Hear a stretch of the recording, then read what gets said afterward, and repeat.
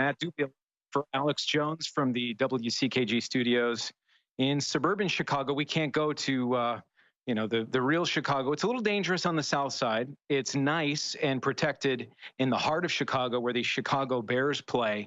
And everybody's talking. Everybody's talking about the NFL. They're talking about football. They're talking about flags. They're talking about anthems. And nobody's talking about Colin Kaepernick's white privilege.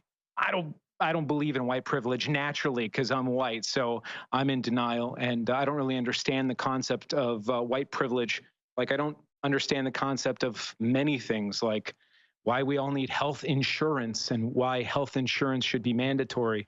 But we're going to talk about Colin Kaepernick's white privilege. Yep, I said Colin Kaepernick, a black man in America, has white privilege. I'll explain that. I'll explain exactly what I mean. I played football growing up. I think Alex played football growing up. Many of you played football growing up. And I played actually for a while through high school. I played for about 10 years. And I was thinking about the process of playing football. That's me. If you're watching at Infowars.com/show, I'm little number 31. And those guys that I'm playing against were the entire senior class. I was at the coin toss in this picture. And they're all 2 or 3 feet larger, taller than me, bigger and faster and stronger than me in nearly every single way. But the thing that we all had in common before the game was we would typically be in the end zone or on the sideline during the national anthem. And I remember this like it was yesterday. Now, I can't tell you what to do. The government can't tell you what to do. Maybe in some situations your boss can tell you what to do.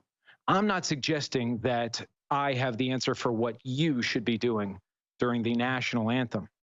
But I'm just going to share with you what I did during the national anthem. And I did this every single game. And somebody could say, "Oh, Matt, you're full of it." I'm here to tell you, I'm as serious and authentic in this as I can be.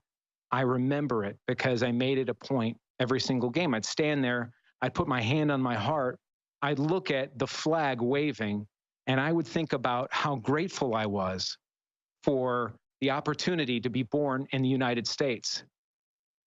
How grateful I was, not only to be born in the United States, but to be born in the area I was born in, to be born to the family I was born to. I could have been born in the United States, but born in Gary, Indiana, and had difficult challenges. But I would choose to stand there and observe the flag and observe the national anthem. And I would think about all the things that I'm grateful for in my life. And it's a habit I got out of, frankly. It wasn't until I returned to that habit, not during the national anthem, just on a daily basis in general, that wonderful things started happening in my life. And I was a part of wonderful things because I started thinking about wonderful things. But I would take the time during that national anthem and I would think about those things.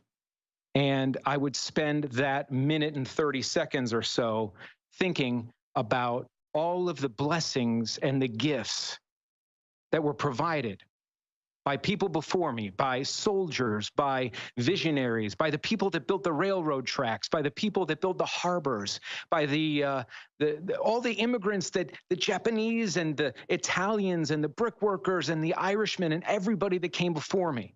And you're thinking, "Oh yeah, right. You were 17 and you were thinking about that stuff." You're damn straight I was thinking about that stuff. Every time we had the national anthem, I stood there and I just thought about those things. Now, I can't tell you to do that. I can't tell Colin Kaepernick to do that. I can't tell him what to do, but I can tell you that in my opinion, he has every right to do whatever he wants during the game. And I think our president of the United States pretty much affirmed that. He didn't call for the government to come and force Colin Kaepernick to stand during the anthem. He called for Colin's bosses or the bosses of the other people. You know, Colin doesn't really have a job right now. He's not playing for an NFL team. So he doesn't have a boss. He also doesn't have a platform anymore. But coming up, I'm going to share with you why I think that Colin is in the position he's in, of leadership, of being in the NFL, of of everything, specifically by what people who believe the things that he believes in would classify as white privilege. And you might be thinking, how can that be? Are you blind? I'll explain. It's coming up next. Infowars.com/show from Chicago. Matt Dubiel for Alex Jones from Chicago. It's time to come together. It's not easy to come together because we're so divided. We're taking up an argument that really doesn't exist. If you look at it, and you look at who's making the arguments, as Mick Jagger said back in, I don't know if it was the 60s or the 70s, who are we fighting and what for? Who are we fighting and what for? Nobody knows. They're arguing because they're bent out of shape, because everybody's looking for something. Everybody's searching for their cause because everybody's got a lot of time at the Facebook and on the Twitter. They've got a lot of time to say a lot of stuff because they're not busy enough, because there's not enough tragedy in their life. Some on the left, and I hate saying that. I hate the whole on the left and, the snowflake thing. I don't like calling people names. But there is a group of people in America that believe in this thing called white privilege. And this is the part where I tell you, Colin Kaepernick needs to check his white privilege. And people that believe in this white privilege nonsense say, well, of course you don't believe in it because you're white. Oh, yeah? Tell the guy that shouted at me the other day and called me an effing Mexican. Tell the guy before him that called me some other names. People don't know what I am, depending on what I'm wearing and how I shave. Now, that's not the same as the oppression and persecution that the Irish and the Italians and the Japanese and the Black Americans have experienced over the years. I get it. But Colin Kaepernick has lived, if you believe in white privilege, Colin Kaepernick has lived a life of white privilege. I don't believe it. I don't buy that crap. But Colin was born in Fond du Lac, Wisconsin. His mom is white. His father is Black. His father left. His mom gave him up for adoption, and he was adopted by a white family in Fond du Lac, Wisconsin. Nothing wrong with that. God bless him. Thank God he was adopted. Thank God somebody found him and treated him right. Then they moved to California when he was young. And the article that I read at MSESPN talked about how his adopted mother, who defends him vehemently on the social media, and his biological mother has actually chastised him on social media publicly. But in the article I read at MSESPN, the quote from his mom was, "We never tried to raise Colin white, but we would drive sometimes up to 60 minutes to get him cornrows." Then Colin went to college as an elite athlete. Colin went to the NFL as an elite athlete, and he lived a life of white privilege leading up to that. Thank God for that white privilege. What does that have to do with the flag? What does that have to do with us? What does that have to do with the kids on the south side of Chicago that don't have that same privilege? Well, it puts Colin in a position where he can throw away a $120 million contract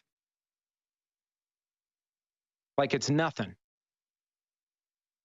There's kids in the hood, there's kids in the suburbs that are working on their jump shot, and they're working on their passing, and they're working on their routes right now, praying for that miracle, praying for the God-given talent and the opportunity that Colin was given as part of his white privilege.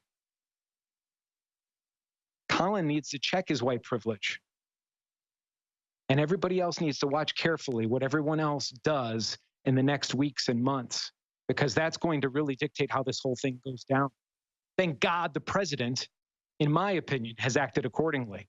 He didn't say the government should step in. He didn't say the people should step in. He said the people in charge, the coaches, the owners should step in. That's how it's supposed to work. The government stays out. The government stays out. The government stays out. We stay free.